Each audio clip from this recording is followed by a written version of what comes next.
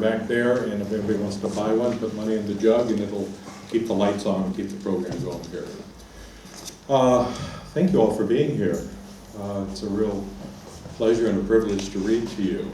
And since we're each limited to 20 minutes, I'm probably not going to chat a lot. I'm going to read. But I want to set a theme for what I'm going to read. And for that, I have a poem from the poet Du Fu. The Tied Up Chickens. My little servant bound the chickens ready to take them to market. Of course, they didn't like that. They flapped, cackled, and struggled. My family doesn't like to see chickens devour worms and bugs, but they ought to realize the chickens will be boiled. Should human beings take sides between the bugs and chickens? I call out to the servant, untie them, let them run free. Chickens are bugs, gains and losses. It's never going to be settled, I think, as I lean on the hilltop house and gaze at the cold river.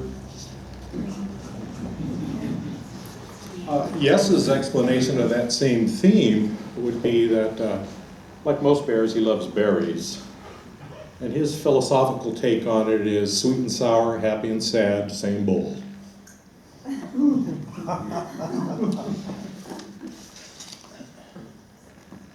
And I'm not going to read the poem Reflections on a Gunman in an Amish Schoolhouse. But fitting of the theme, I'm just going to read the first line from that poem. A simple life is its own prayer. So I'm going to start with two poems from the collection. The first one I refer to as my Easter poem. It's called The Passion. He lies in his hospital bed, propped up slightly awkwardly, watching the muted Super Bowl. His lover curled beside him, talking quietly among the tubes and cords, the odors of exertion, the desire to live. The surprising exposure of Janet Jackson's breasts means nothing to men whose dissipated backsides are immodestly bared by medical gowns. He will not live through the weeks of outrage and debate that follow. My cock doesn't work anymore, he says, with the sad longing of a man who has lived for great pleasure. When it does, it carries poison now, he says, indicating the dark little ash Wednesdays scattered across the wasteland of his body. His lover wipes his perspiring face with a cool, damp cloth. What kind of lovemaking is this, he thinks, letting others see him as gently as possible into a death for which he cannot ever imagine being ready? Let me wash your feet, his lover says, not once looking away from him as he speaks softly and caresses.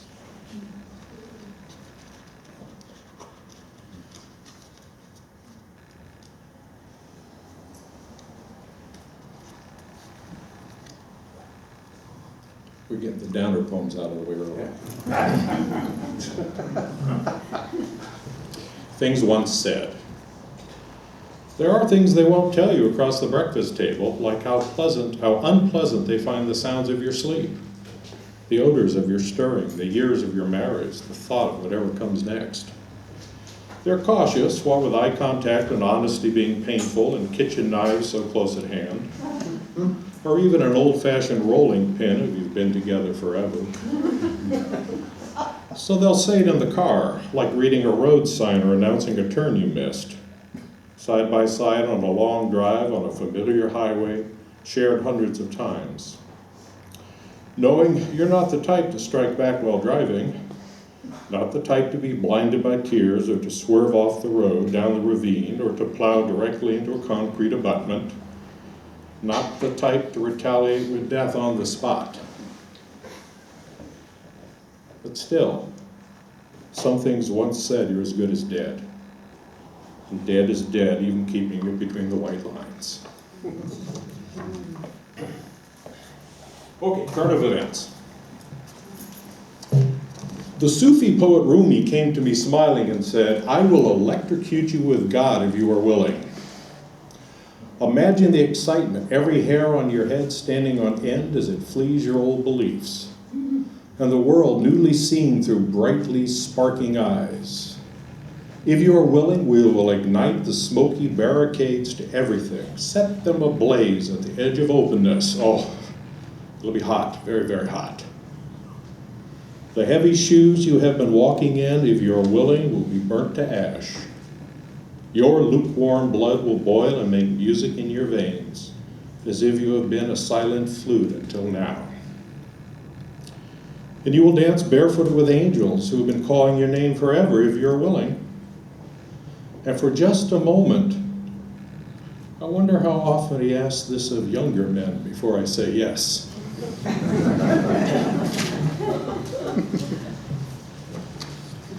Museum pass.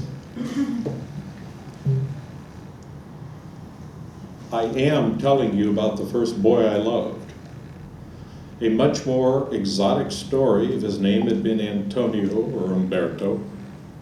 But at 13, I had not yet traveled to places where people had interesting names, or even experiences much different from my own.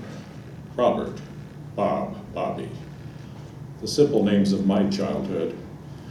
I loved Bobby, his slim naked body in the shining arc of sun and sky and water, the flash of his blonde hair as he launched himself from the leaping rock and swept out over the river, let go of the knotted rope hung from the branch, and with a joyful howl sailed free before he fell, his feet, his knees, his cock, his chest, his grinning wide-eyed face disappearing into the greenish water. Seconds later, he burst laughing through the flat surface, stirring it and me again. But it is the instant of the peak of his flight that I still see. That single frame of his motion I see forever. Bobby died flying in Vietnam, fully disorganized and incinerated in a flash. That afternoon on the river was the only time I ever saw him naked, and I have continued to love him exactly as he was, my beautiful childhood friend, at the most perfect moment of our lives. In college, I began to travel, another passion of my fortune in life. I first went to France with other students, excited to be in Paris, to visit the Louvre, with great anticipation to witness the famous paintings we were meant to see and love. Young, bright, privileged scholars with our draft exemptions clustered before Mona Lisa, prepared to respond with well-schooled awe, angling for what we imagined would be original photographs, a whole new way of looking at the Mona Lisa, reframing the speculative stories and eager to report that yes, I saw the Mona Lisa. I've traveled widely since then and have returned to France many times with wives, friends, and lovers in the past 50 years. I've been alone but never lonely in Paris, and each time, museum pass in hand, I visit the Louvre. I confess the Mona Lisa behind plexiglass has gradually become the small, disappointing focal point of one crowded, sterile room. I have fallen much more deeply in love with other paintings in other places, ones I can sit with quietly, as if remembering a river that sings to me, paintings I can grow old with, that allow sadness, where I'm not disturbed by boys and animated stage whispers. Look, there she is, the Mona Lisa. I am not drawn to mirrors, but when I look in the glass now, my vision is distorted by desire, impaired by the wishful recollections of bits and pieces of flesh. I try not to see myself. I search for Bobby, looking back at me unchanged and shining between visits. Youthful, beautiful, his slim, naked body still slim and feathered boyishly, sailing like an arrow that makes its arc through the sun, the sky, the river, and me whispering, look, there he is.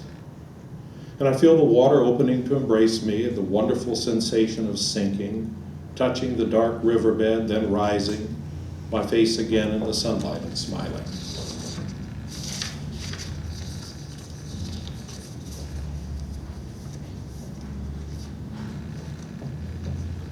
A man who fell in love with a bear.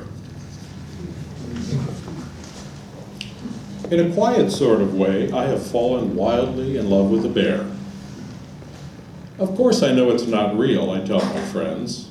It is better to be thought imaginative than crazy. But still, love has taught me how to find my way through thick brush and over rough ground. I can peel off my shirt and get down on all fours, sniff the earth, and identify the tracks of my bear lover. I can follow the scent even in darkness to our cave, my nose happily conveying directions to my hands and feet, not distracted by other inviting scents, not even fall blackberries, mushrooms pushing up through the soft duff, the smell of fresh river water rushing and salmon, wild herbs, or clover honey, which my bear has taught me to recognize. And in the warm black of our cave, where I can hear, like earth drums, the great heart of my bear beating, like the music of wind and reeds and branches, the breath of my bear takes my hands in large, gentle paws, guides my fingers each to touch a separate magical place, and I, rocking gently, growling softly, raise each finger to my nose, bring it to my tongue, and name exactly where it is touched. And the cave echoes with the contented, snorting laughter of bears falling into each other's arms. It's just like that when a man falls in love with a bear.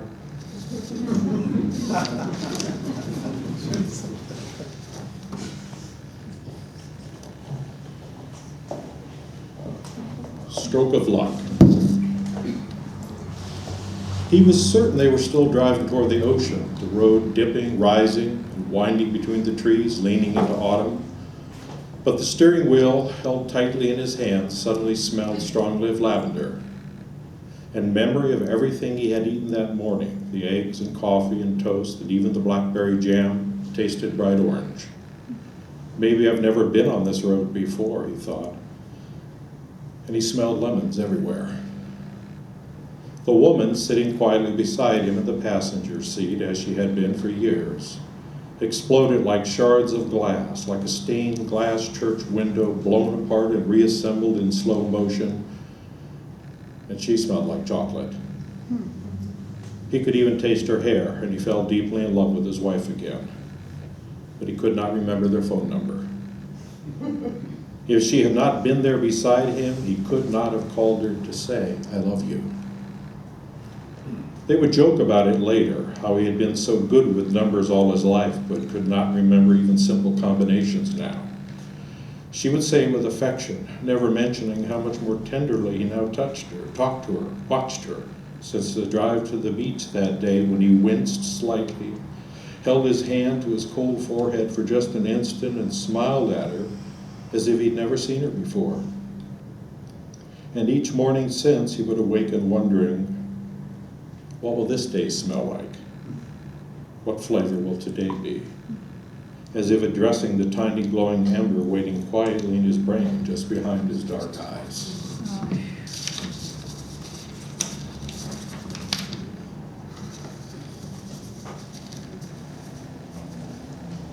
And I'm going to end with one called 20-Year Note. Can I say this in the new age of finance?